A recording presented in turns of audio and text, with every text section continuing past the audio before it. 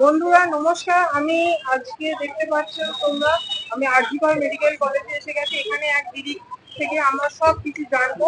দিদি আমাদের কি জানাতে চায় এবং এনাদের ভবিষ্যৎ কর্মসূচি সম্বন্ধে। দিদি একটু বলে দাও যে তোমাদের অ্যাকচুয়ালি যে আন্দোলনটা করছো, অনেক মানুষ জিনিসটাকে অনেক ক্যাজুয়ালি নিচ্ছে, সেই তাদের উদ্দেশ্যে তুমি কি বলতে চাও? 9 তারিখ অগস্ট মাসে আমাদের কলেজে একটা খুব নেপকারজনক ঘটনা ঘটে গেছিল।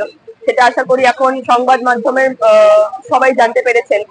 তো এটাকে ক্যাজুয়ালি নিচ্ছে বলে আমার মনে হয় না, কারণ কি আমরা এই পশ্চিমবঙ্গ আগে কোনোদিন দেখিনি, এই বাঙালি আগে কোনোদিন দেখিনি। প্রত্যেকটা মানুষ আজকে রাস্তায় নেমে এসছে এর প্রতিবাদ করার জন্য, এবং এই হাই টাইম এর প্রতিবাদ হওয়া উচিত। যেই রকম বলে অ্যাডমিনিস্ট্রেশনের আন্ডারে আমরা কাজ করেছি বা যেরকম ভাবে আমাদেরকে অপ্রেস করা হয়েছে, ওটার আগেনস্টে কথা বলার সময় এখন চলে এসছে। ক্যাজুয়ালি নেওয়ার সময় এটা নয়, উঠে দাঁড়ানো, নিজের সিদ্ধারাটাকে সোজা করার সময় এটা। তাই আমরা সবাই নেমে এসেছি রাস্তায় সিদ্ধারা সোজা করার জন্য। আমরা আপনাদের কাছে আবেদন জানাবো যে আপনারাও নেমে আসুন, আপনারাও নিজেদের সিদ্ধারাটাকে সোজা করুন, ভবিষ্যৎ প্রজন্মের জন্য একটা ভালো পশ্চিমবঙ্গ রেখে যান। আজকে এটা কতদিন হয়েছে? 9 অগস্ট ঘটে গেছিল ঘটনাটা। তো আজকে তাও মোটামুটি ওখানে 23, 24, 27 দিন মতন হয়ে গেল। আর এই যে আন্দোলন, এটা কি কতদিন চলবে? আমাদের আন্দোলনের দাবিগুলো খুবই বেসিক দাবি, সেগুলো মিটিয়ে দেওয়া হোক, আমাদের আন্দোলন নিশ্চয়ই থেমে যাবে। কিন্তু মানসিক যে এই আন্দোলন, এই প্রতিবাদ, সেটা কখনোই থামবে না, এটা থামা কখনো সম্ভব নয়। আর এই যে তোমরা এখানে বসে আছো, গতকাল বোধহয় সারা রাত্রি ছিলে নাকি? সেটা আমাদের সবাই বন্ধুরা আছে, কেউ থাকছে সারাক্ষণ, কেউ না কেউ তো সবসময়ই আছে। আজকে তোমাদের কি কর্মসূচি?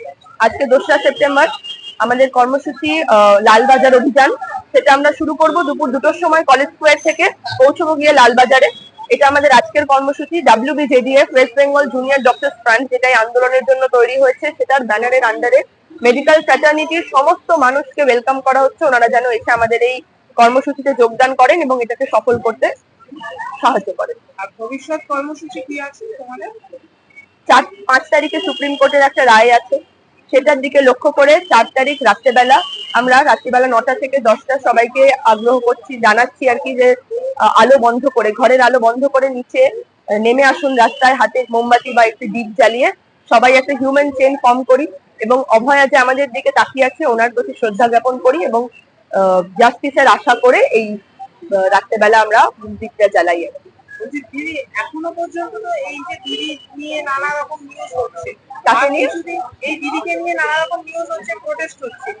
আর কিছুদিন পরে দুর্গাপুজো, তখন কি এই প্রোটেস্ট থাকবে? তো মানে অনেকে ভাবছে যে দুর্গাপুজো আসছে, হয়তো নিউজ থেকে আমরা সরে যেতে পারি, ডাইভার্ট হতে পারি।